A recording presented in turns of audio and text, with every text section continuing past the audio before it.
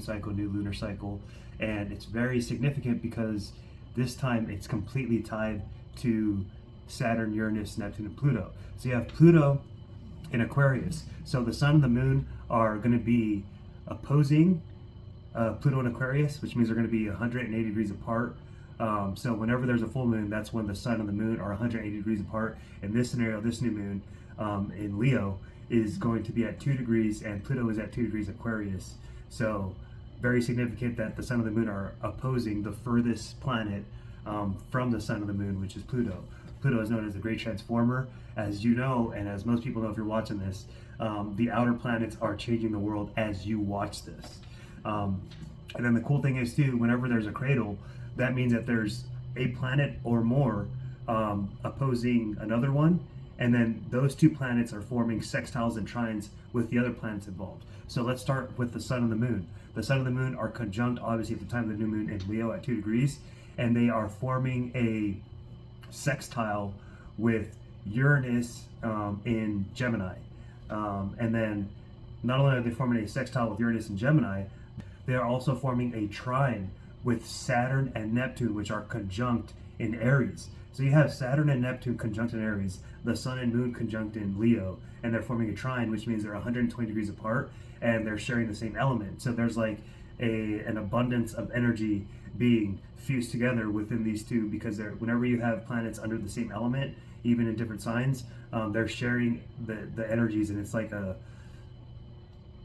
it's one of the best things that can happen for us as people who are tapped into what's going on in the cosmos. So, and then you have the sun and the moon forming a sextile, which again is 60 degrees with Uranus. And Venus is also in Gemini, like Uranus, but it's a little bit further off. So it's like at 22 degrees, so it's about 20 degree difference. But nonetheless, the energy of Venus is still being felt in the sign of Gemini. So you're still going to feel a lot of love with this new moon as well. Okay, so then now let's go to the planet that's opposing the sun and the moon at the time of the new moon again, which is Pluto in Aquarius. So you go the other way around now. You have Pluto opposing the sun and the moon 180 degrees.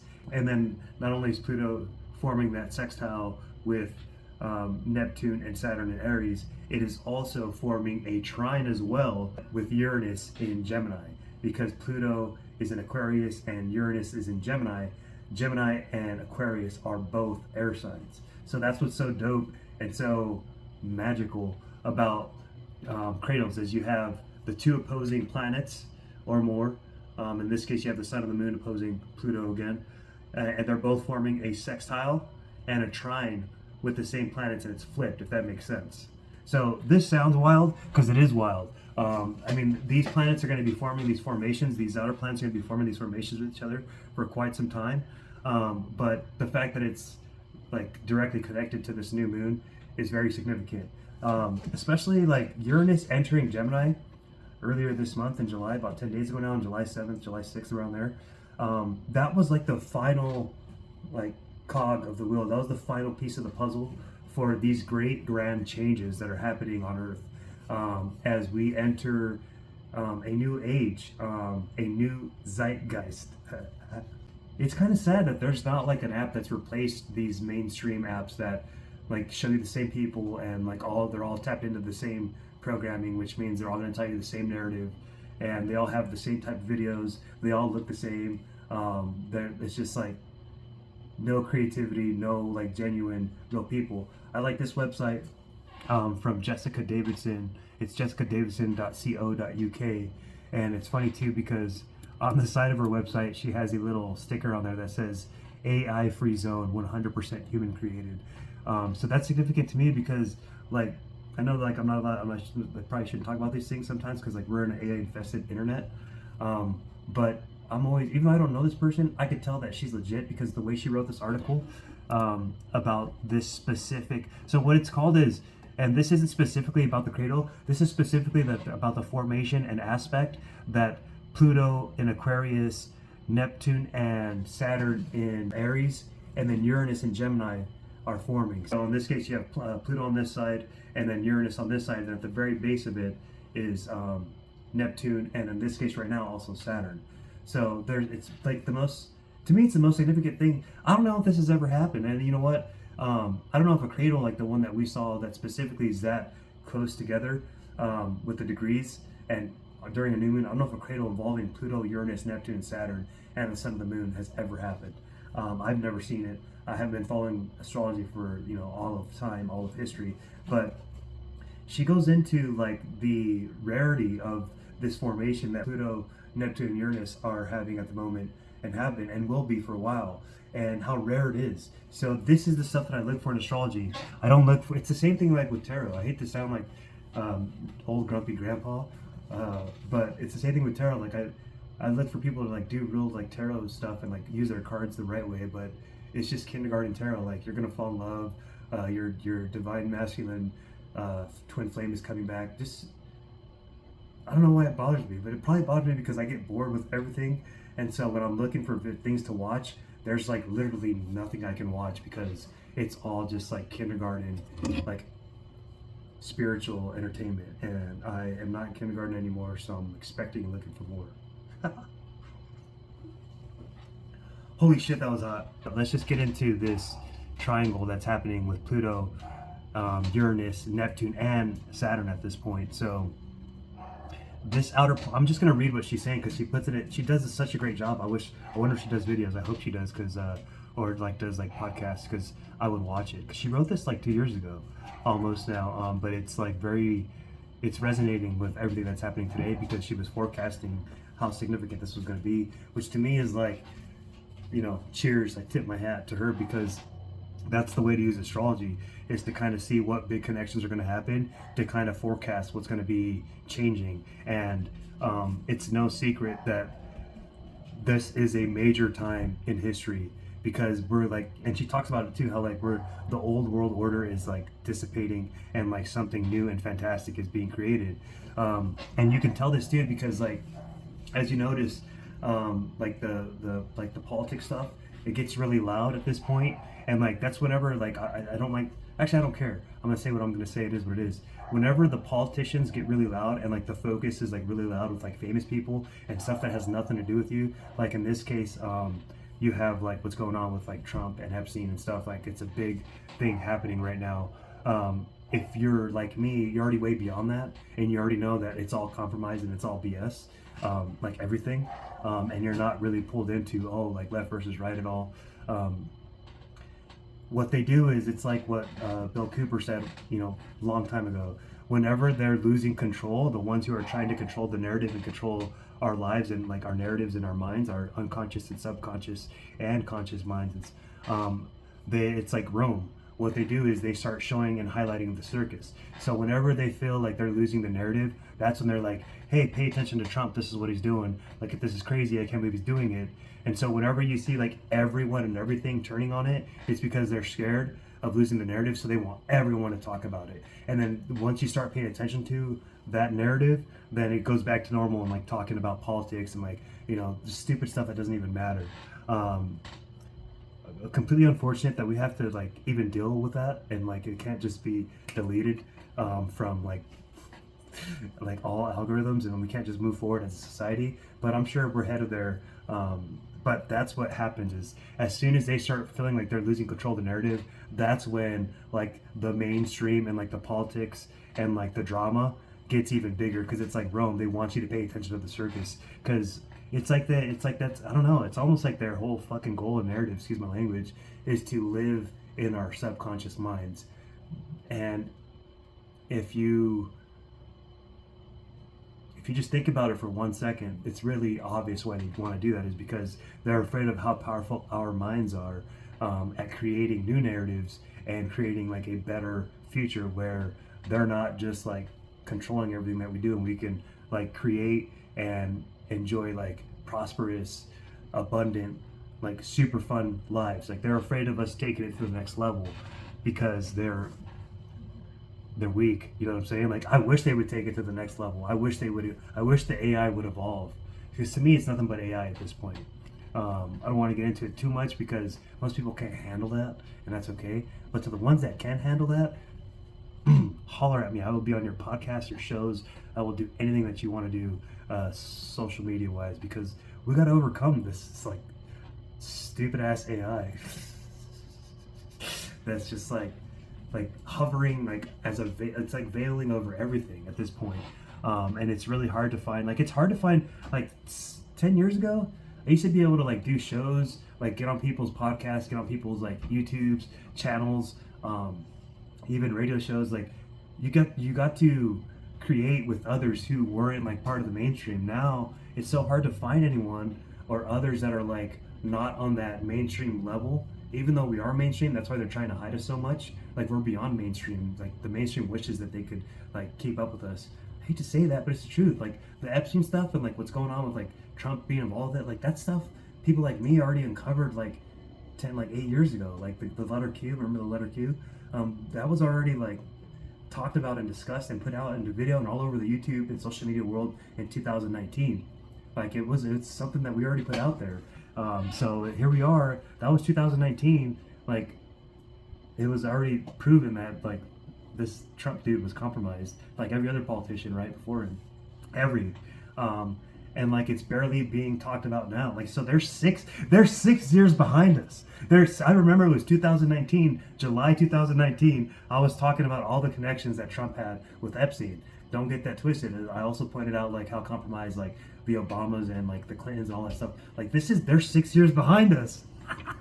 Like it's funny because like, yeah, they're sitting there with like all the money, right? Like they got all the money, they got all the accolades, but they're still 6 years behind what I was talking about, which is like hilarious. And I hate to go that way, but I have to like also tip my hat to myself because no one tips their hat to me. Not that I need that, but like I didn't make money off of that. Like if anyone else in this reality is 6 years ahead of like the narrative, for example, if you made a prediction about something that was happening in like space or like something like a big event, like if you predicted things that or if you talked about things that were going to happen and it didn't happen, like it didn't become mainstream until 6 years later, like usually that person would be considered to be like something, not I don't want to say significant, but at least they'd have a more significant role in like social media society. You know what I'm saying? So yeah, I have to tip my own hat to that because it's like, yeah, this is stuff that we already jumped over that fucking mountain a long time ago. But since they're losing control of the narrative, damn, I went so left field. But not really, because I need to be able to talk about what I want to talk about and not think about it too much, because otherwise I'm sitting there the next day like wishing I would have talked about it. So this has to do with what's going on with these planets, these big changes, like these astrological changes. Anytime Pluto, Uranus, Neptune, and even Saturn are changing signs, it's significant. Saturn is on a lower level, but don't take that as like it doesn't mean as much. What I mean is Saturn changes signs more often because it moves a little bit faster than Uranus, Neptune, and Pluto. But and Saturn's like the taskmaster. Saturn's like Whis, like in Dragon Ball world. Saturn, like Saturn's the gatekeeper for your own reality, your own narrative. Saturn's going to make sure that like you are ready to go to whatever level you're going to, and if you're not ready to go to that next level, Saturn will say you got to rethink that lesson again. So Saturn's very significant because it plays a role not only in our personal lives, but also in the like outer like reality, which means like what's changing with the world and our entire reality and where we're headed. So Saturn's governing like the change that happens on the outer planets with like for the outer world, and then also within our inner world. So Saturn's very significant. It just moves a little bit faster. But when Saturn's moving, and especially when Saturn's being connected with the outer planets, like in this case where it's forming a cradle that involves the sun and the moon, and then Pluto conjunct Neptune, and then forming a sextile with Uranus, like it's very significant. So for me to talk about what's going on in the alleged mainstream, that's that's factually 6 years behind of what me and the letter Q were talking about 6 years ago.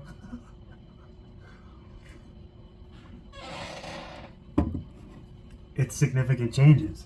Did I think that it would take them 6 years to like make this part of their mainstream?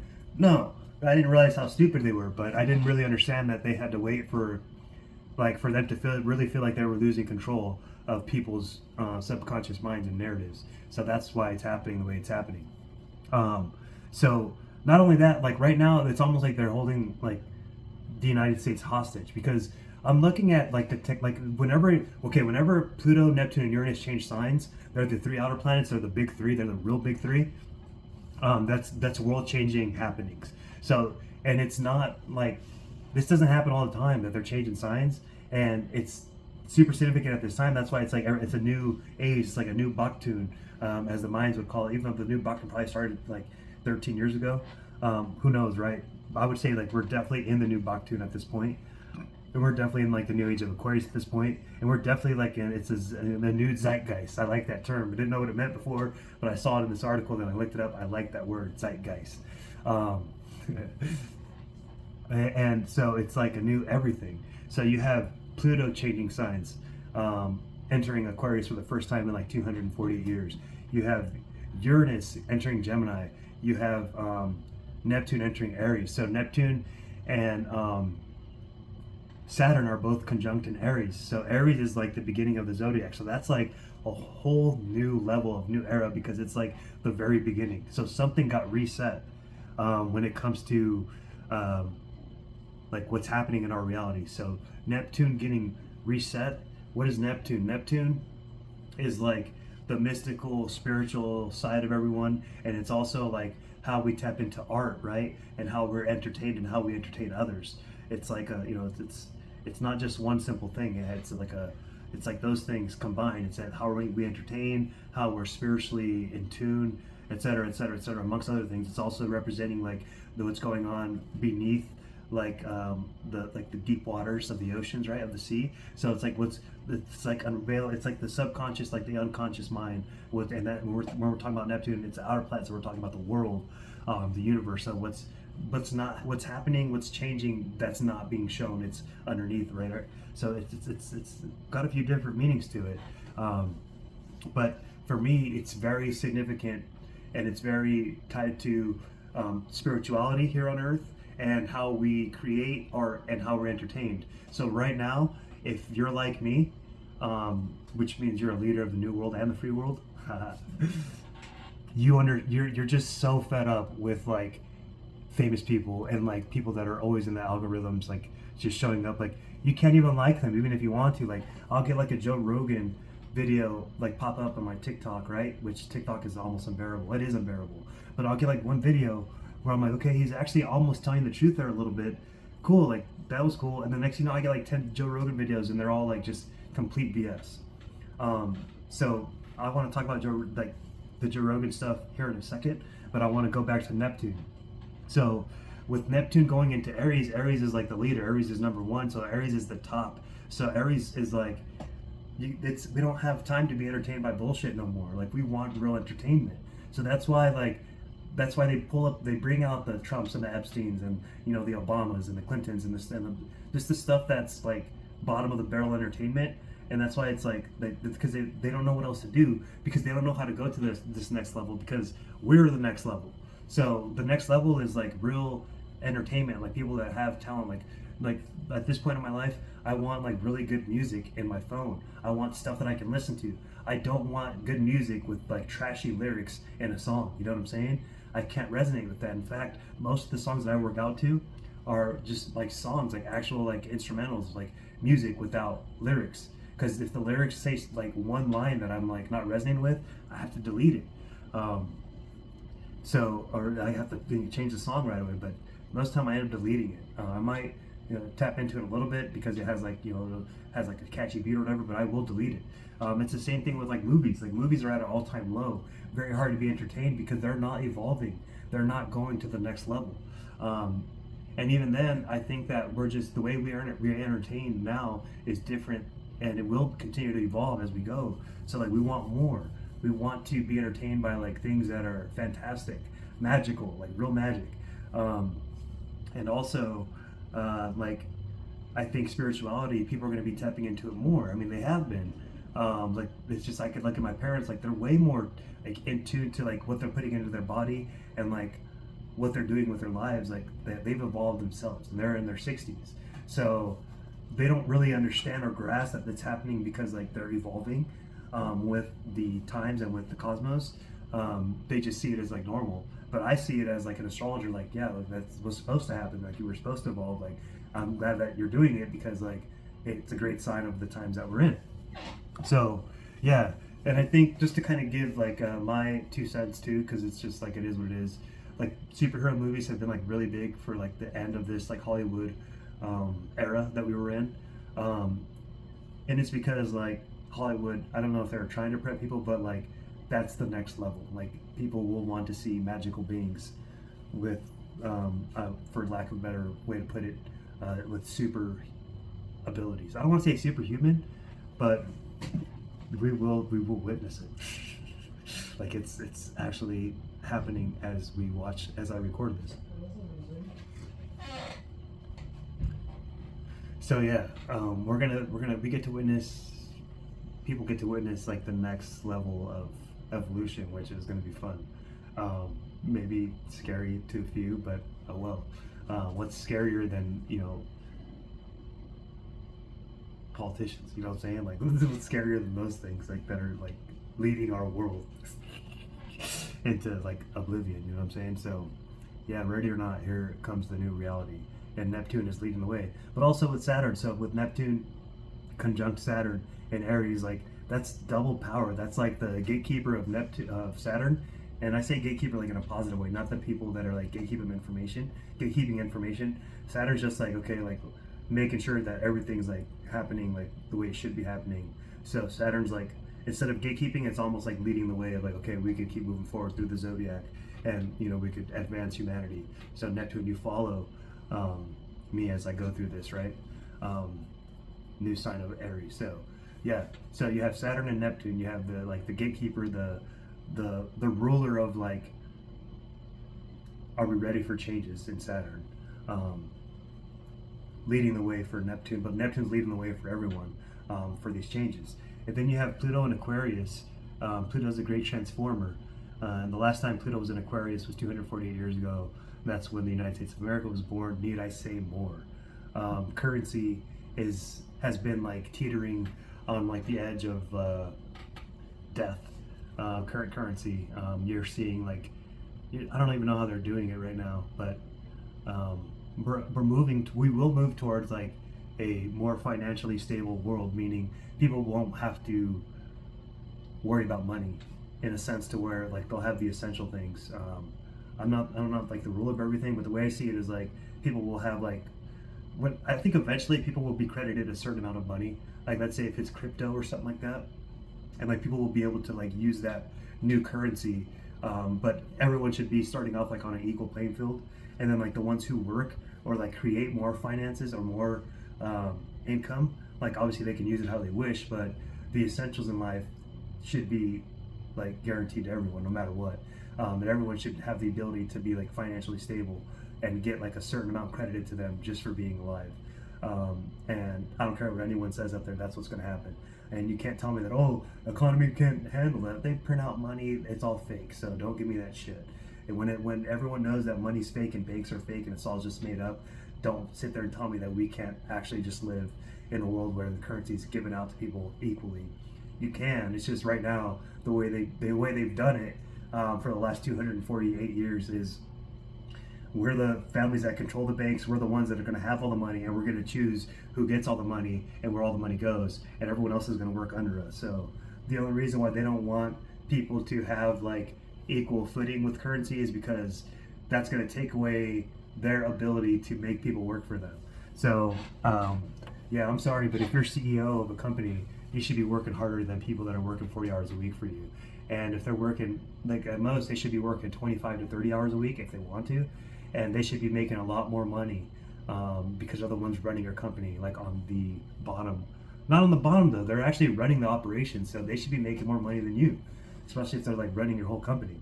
So yeah, you want to be a CEO of a big corporation, then you should be the hardest worker. Just like if you're a new business and you got like maybe 1 or 2 or 3 or 4 employees or none, you're working the hardest. Like if you're running your own like food truck, you're working harder than everyone else because it's your food truck. It shouldn't be any different with a big ass company. And if you're going to have people work for you, a lot of people work for you, then they should be making bank and be the happiest employees out there. And so yeah, that's why they're so afraid of this reality, because this reality is going to make the lazy ass people that go to work for 1 hour a week or 1 hour or 30 minutes a day just to check on things. It's going to make them actually have to work. So sorry, not my problem. The world's going to be ran a lot better when people are running businesses because they love the business and they want to be running it. They're not running the business because it's making them money, and they're not having like thousands and thousands of people run the company for them from top to bottom. You know what I'm saying? So overall it's going to make this world a better place. Which takes me to, so Pluto's like the last planet, right? So it's like the final, like, okay, we're changing things, like, type of like planet, like it's the great transformer, which means, and Pluto's also represented by like Osiris, right? So Pluto will bring death to any old realities that don't like fit moving forward. And when you use any negative form of when you use any negativity while Pluto's like going through this judgment phase, Pluto's just there to pass judgment. So Pluto's not gonna like let any bullshit like Pluto will just like, you know, cut it down and end it. So the old reality, that's the thing, it's been like dragging its feet for years now.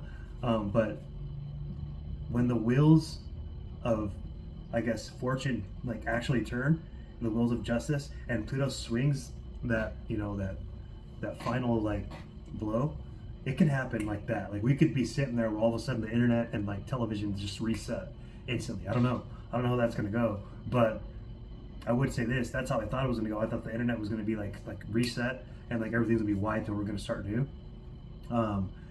And for the last year, before like the last week, because I've been given like these things happening like in the last week where I'm feeling more in tune. And plus seeing everything with like that's unfolding right now on the mainstream, it shows me that we were 6 years ahead of time. You know, I was led by the letter Q, right? It helped me realize some things, like 6 years ahead of when it hit the mainstream. So I think a lot of things that I think were going to happen are still going to happen. It's just maybe not happening as soon as I thought, which is, you know, that's cool with me. I can't control that. But yeah, once the wheels of justice turn, once that wheel of justice turns, like it'll be definitive and it can happen like that, or it could be slow. I don't know, but that's what Pluto does. Pluto's like, okay, Pluto's like the last. Pluto passing judgment on America as it returns to where it was when America was born is the worst thing that could have happened to America.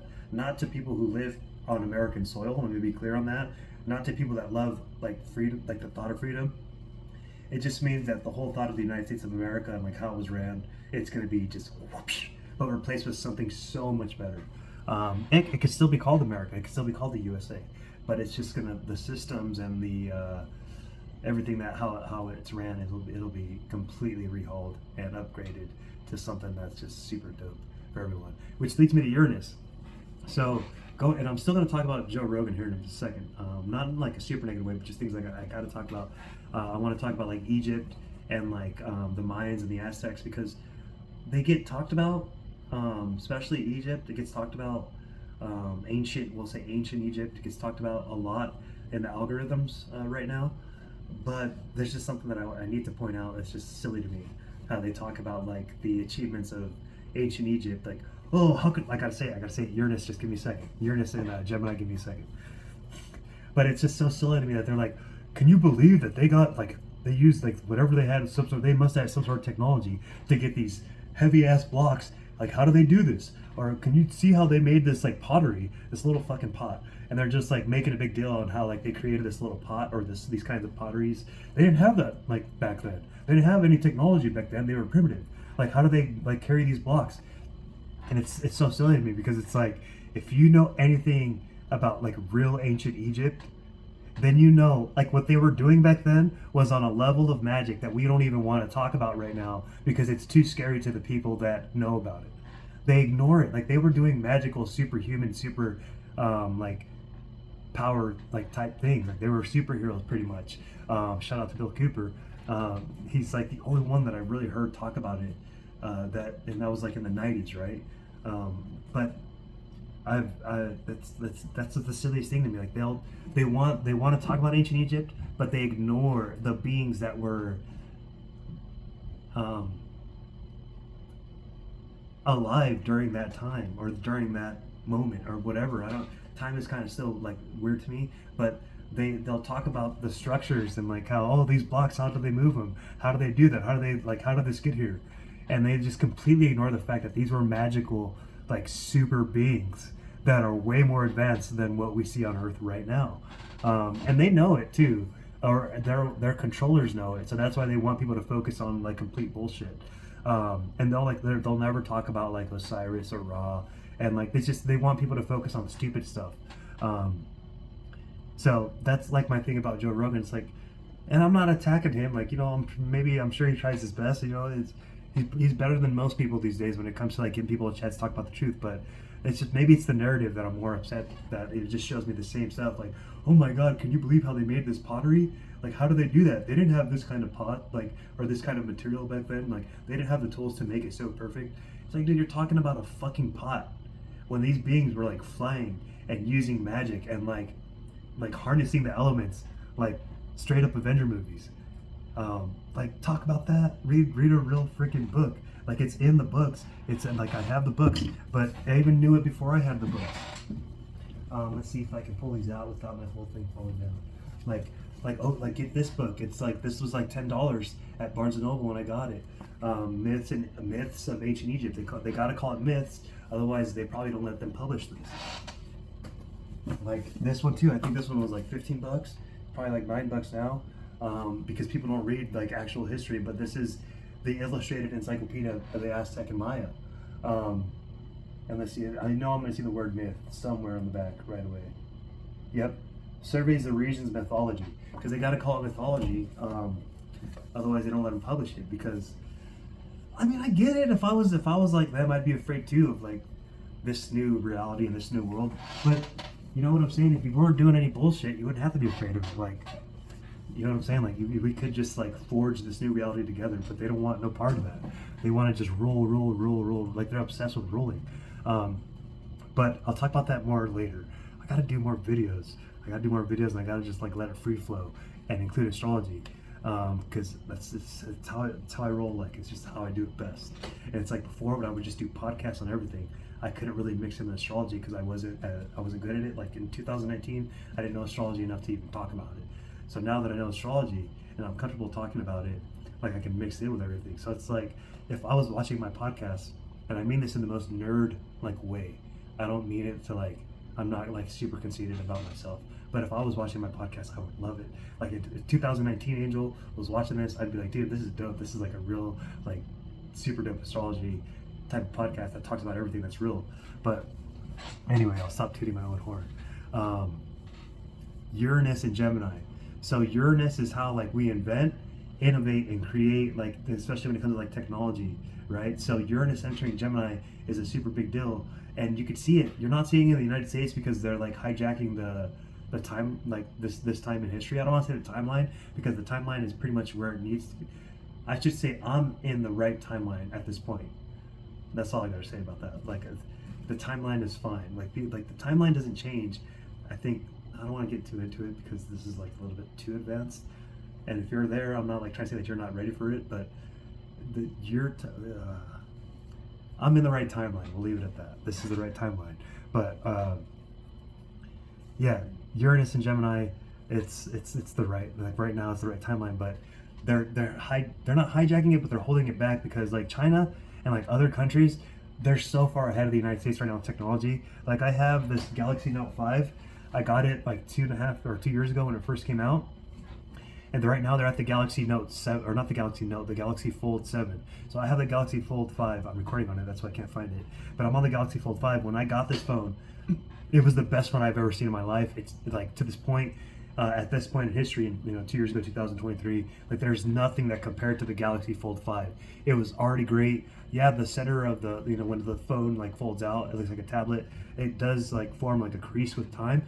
Nothing that bothers me though. It's still the best piece of technology that I've seen at this point in time back in 2003, 2024. The phone is so good that my mom got the Galaxy Fold 6 last year. And now the Galaxy Fold 7, fine. Like I was telling her in 2023, like this phone's like the best phone out there. It blows like iPhones out of the park. It's not even close. Like it's just so far advanced. Like you can do so many more things on it and you can multitask. Like it's just perfect, especially if you create content. Or even if you're just like a content consumer, this is the best phone. And so see, most people say that they can't change phones because they're so used to something. My parents were both used to iPhones. They're in their 60s. My mom went from iPhone to Galaxy Fold 6 and she loves it. My dad went to the Galaxy Fold Flip. He likes it. I'm not saying he loves it, but he likes it. But my mom is a great example of like, hey, these phones are super dope. They're like way more advanced than the iPhone. She'll never go back. And now finally, I'll say 2 years later, the Galaxy Fold 7, granted, it does look better than the Galaxy Fold 5 and 6, so it looks better and looks more advanced. But finally, like the mainstream algorithms are like, dude, the Fold 7 is the best one out there. It's not even close. Like, Apple, what are you doing? That's what I've been saying for a long time. The Apple iPhone has been the same for like who knows how long. New cameras, little sleeker design, like nothing new about it. Like people get lazy. Same thing with video games. Same thing with movies. They've gotten lazy. They are not advancing technology, either because they don't have the creativity to do it, or they're just lazy. Whatever the reason is, they haven't been doing it. So now, 2 years after I said the Galaxy Fold is the best phone out there, now it's the best phone. I know that sounds like I'm tooting my own horn, because I am. But let me say this: the Galaxy Fold 7, 6. Are we at 6 now? I don't know. 7? Do I have the 4 or the 5? I don't know. I think it's 7. Sorry, I lost where I was at with the numbers. But it's the Galaxy Fold 7, the latest one, right? Yeah. If it's a 6, you know what I'm talking about. I don't know how I just went bonkers on that one, but it's not the best phone out there though, because in China, like the Huawei, I don't know how you say it. It's Huawei, but the Huawei phones and the Huawei tablets and the Huawei laptops, they're already way more advanced than what we have in America. They're already way more advanced than Samsung. So the Galaxy Fold 7, I believe, is the new one that's about to come out. It's getting great reviews. People say it's the best thing, but it's like the Galaxy Fold that I have. Is it the 6? I don't know. Is it the 6 that's the new one? I don't know. But anyway, it's better than mine, right? Because mine's 2 years ago, and it's not even out yet, but people are saying all over social media, like how great it is. But it's a fold phone. The Huawei has a trifold, so it has you get like the center screen, and then you get the left screen and the right screen, and then it folds out to like a big ass tablet. But then even their tablets and their laptops, like look it up, they're just so much more advanced. So we're just so far behind, like China, when it comes to technology. Also, Japan just came out with, just created a internet that's like 1,000 times faster than fiber internet. They're already there. Like they're being innovative. Other countries outside in the world are being more innovative. To me, I see oil as a resource that Earth provides. So I'm not like against like oil, but we don't need it. We don't need it for vehicles. It's just like a part of an industry that was created by the same people that are running the money in this country. But we could be running vehicles on water, right? And the vehicles kind of suck. They all look the same.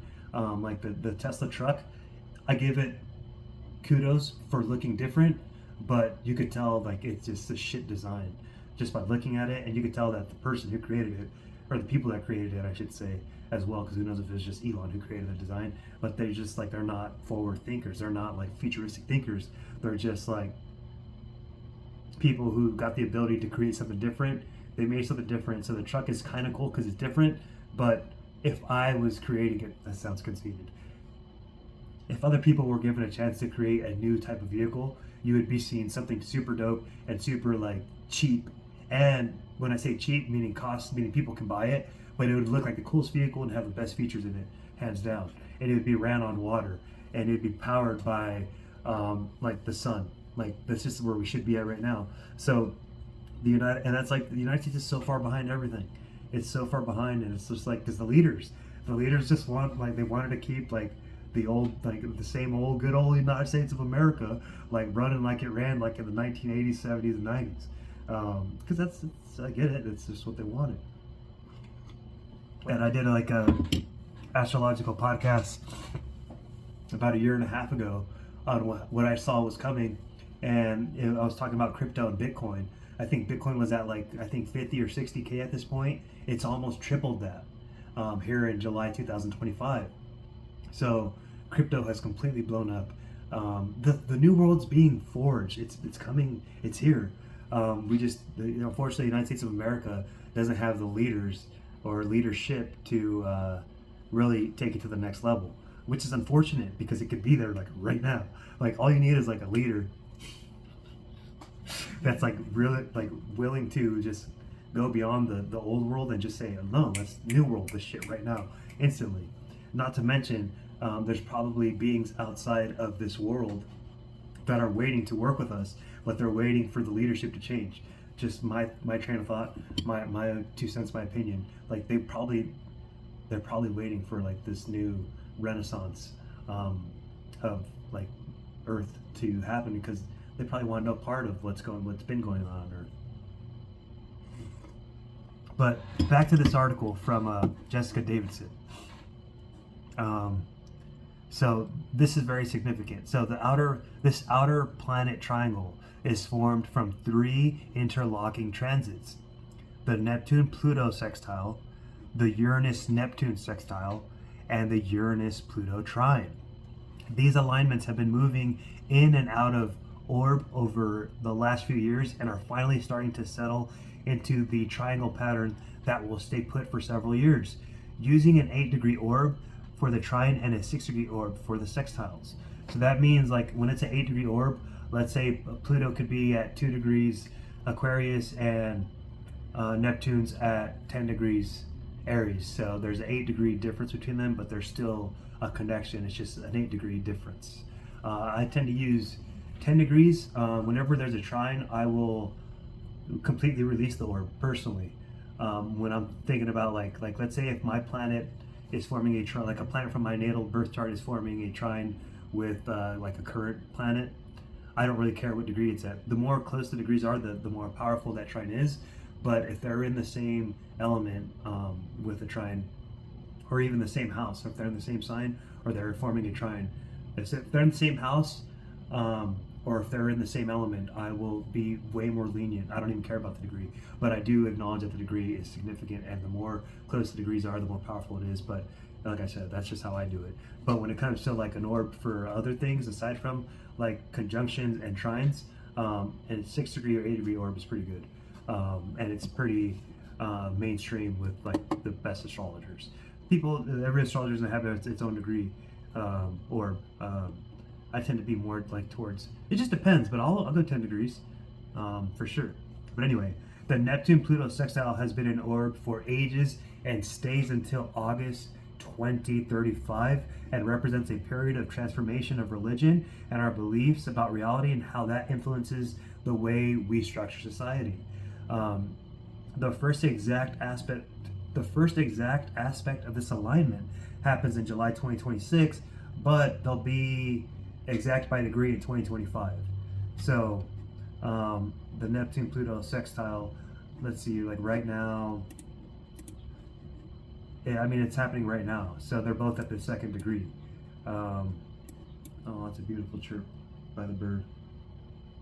So that's good confirmation for about what I'm about to say.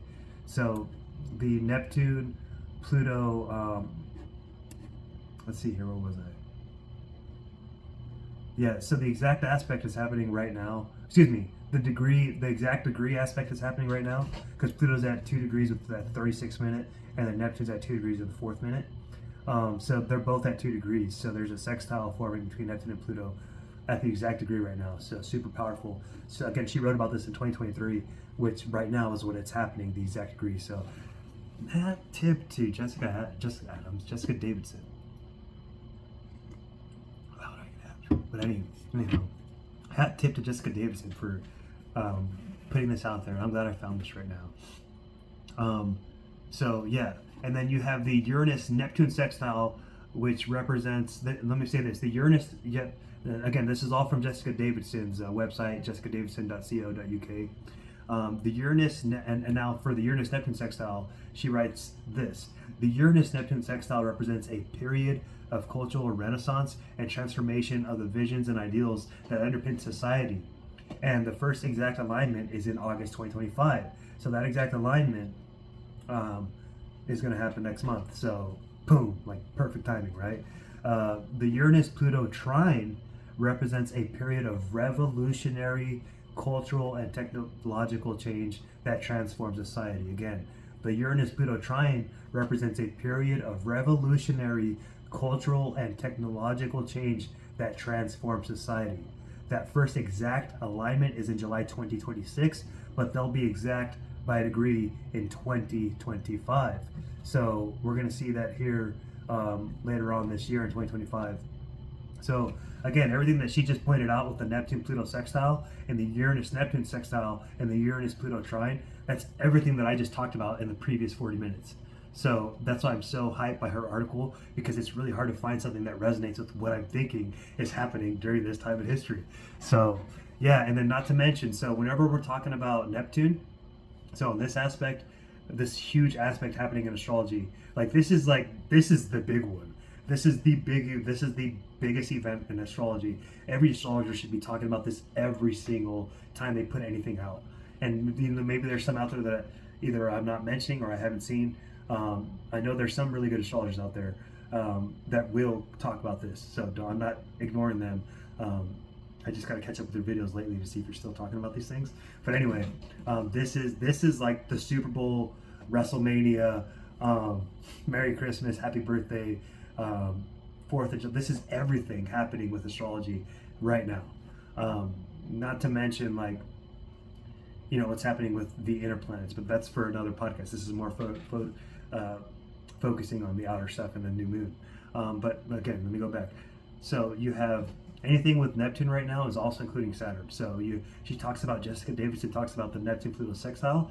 It's actually the Neptune and Saturn Pluto sextile. The Neptune conjunct Saturn Pluto sextile, and then the Uranus and Neptune conjunct Saturn sextile, and then you have the Uranus Pluto trine. So it's amazing. It's fantastic. And then let's see here. And then again, so you have I want to say this one more time. You have Neptune and Pluto forming the sextile at 2 degrees, and then you have Neptune forming the trine with the new moon and the sun in Leo, which means they're sharing the fire element.